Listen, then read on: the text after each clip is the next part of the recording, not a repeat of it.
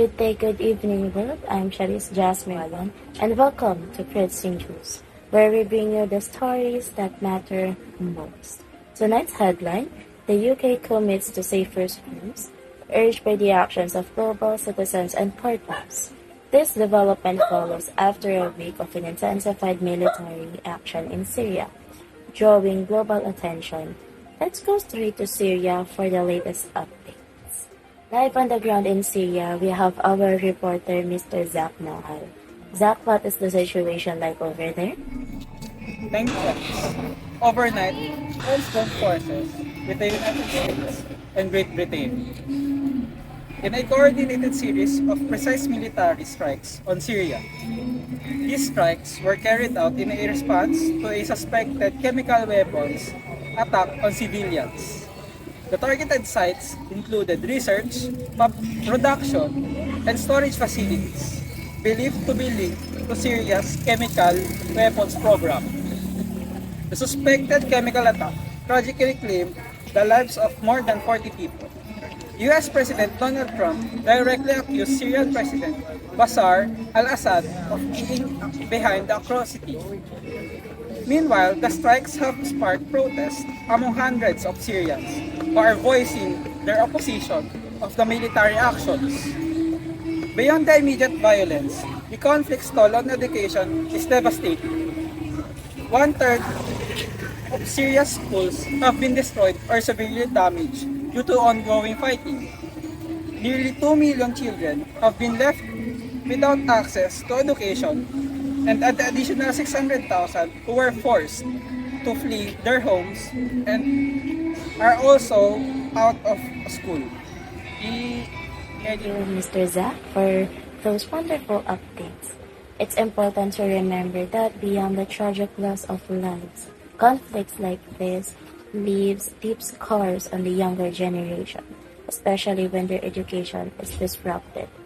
This is one of the driving reasons behind the efforts of the Coalition for Global Prosperity and its partners to petition governments to ensure schools remain safe during times of war. For more on this campaign, let's turn to our reporter, Mr. Arnold Temena, who's covering a special event live in London. Over to you, Mr. Arnold. Thank you, Charis. I'm reporting from Girls Emergency Reception, hosted by Global Citizens and Coalition from Global Prosperity. At this event, petition was formally handed over to UK Foreign Secretary Boris Johnson.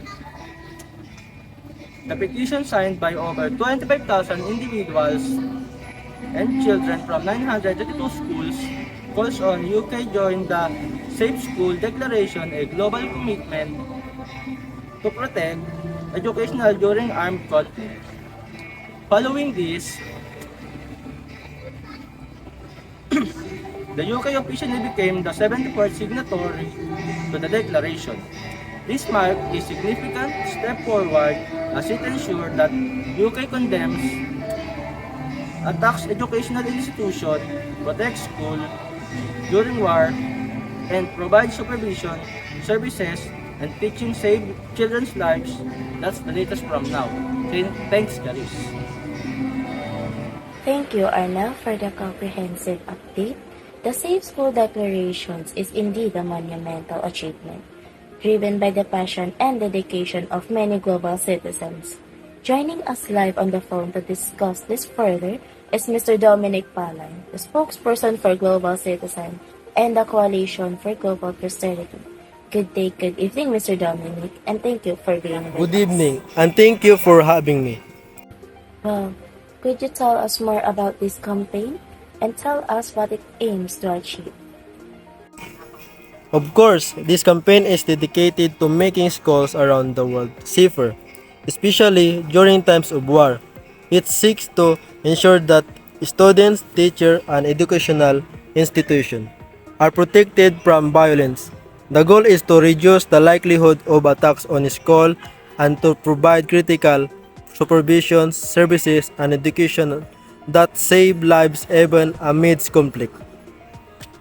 This success is a result of persistent efforts from global organizations and individuals who care deeply about the future of children worldwide.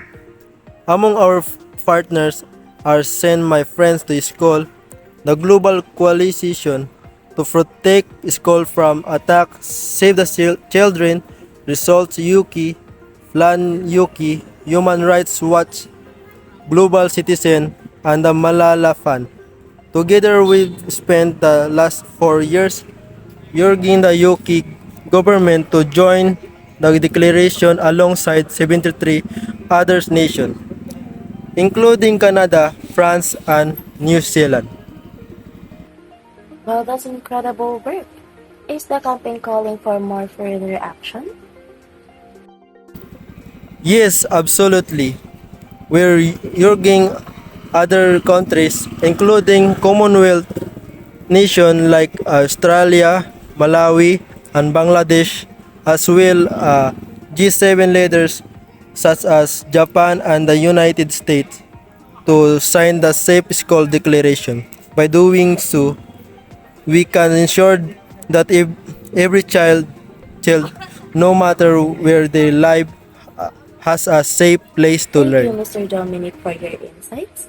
The actions of global citizens and organizations like yours remind us that collective efforts can make a significant difference. Now, these campaigns would not have been possible without the help of global citizens. So, who are they?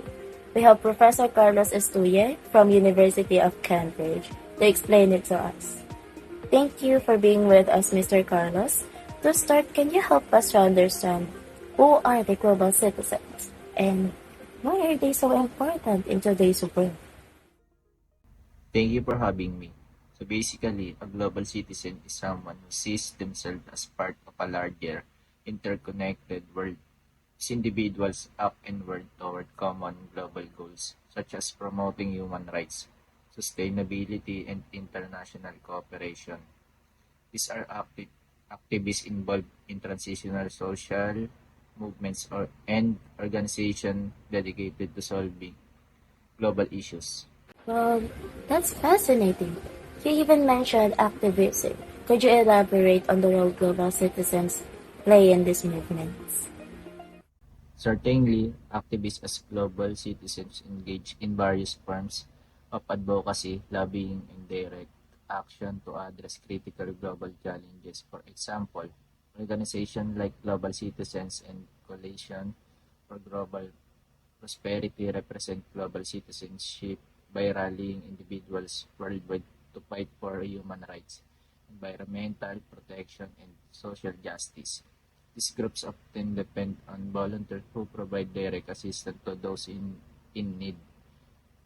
Their campaigns remind us that addressing issues like poverty, oppression, or environmental degradation requires a collective effort beyond national boundaries.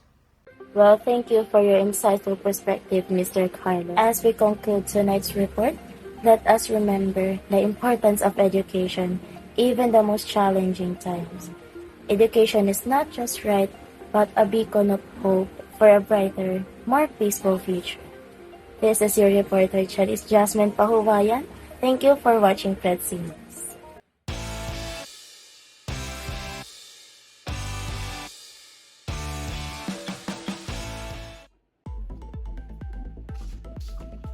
Welcome to History Time, where we break down important events in the way that's easy to understand. Tonight, we're diving into the story behind the Syrian Civil War. Here's the deal.